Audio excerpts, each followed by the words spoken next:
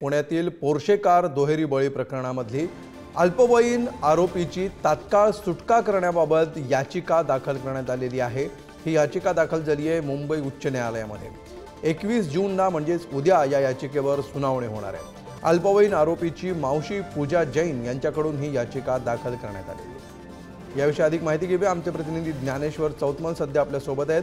ज्ञानेश्वर, नेमक्या कुठल्या आधारावर ही याचिका करण्यात आलेली आहे? काय नेमकं या याचिकाकर्त्यांचं म्हणणं आहे?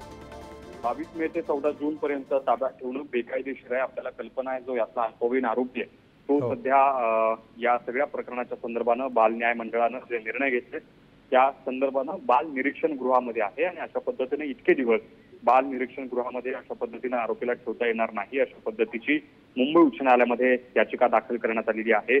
अल्पवयीन आरोपीची तत्काळ सुटका करण्याची या याचिकेमध्ये मागणी करण्यात आली आहे। या याचिकेवर 21 जूनला म्हणजे उद्या सुनावणी निश्चित करण्यात आलेली आहे। पुण्यात जो पोर्शे कारचा अपघात झाला यामध्ये जो कार चालवणारा चालक होता तो अल्पवयीन होता आणि त्याला आपल्याला कल्पना आहे की मागच्या 22 तारखेपासून 14 जून पर्यंत ताब्यात ठेवलेलं होतं आणि या सगळ्या प्रकरणाच्या संदर्भात ज्या वेगवेगळ्या घडामोडी घडतात त्या कशा पद्धतीने चुकीच्या आहेत असा परिवारातल्या लोकांकडून दावा केला जातोय।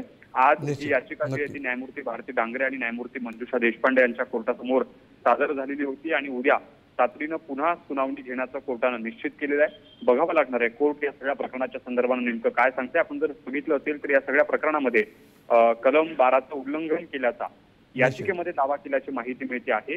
अल्पवयीन आरोपीची जी मावशी आहे पूजा जैन यांनी ही दाखल केलेली याचिका आहे हेबियस कॉपर्स यांची याचिका या सगळ्या याचिकेवरती उद्या पुन्हा एकदा कोर्टामध्ये सुनावणी निश्चितपणे अल्पवयीन आरोपीला जामीन मिळण्याच्या अधिकाराबाबत कलम 12 जसा तू उल्लेख केलास त्या अनुषंगाने ही मागणी करण्यात आलेली आहे। उद्या काय होतं यावर हे बघणं महत्त्वाचं आहे। धन्यवाद ज्ञानेश्वर या माहितीबद्दल।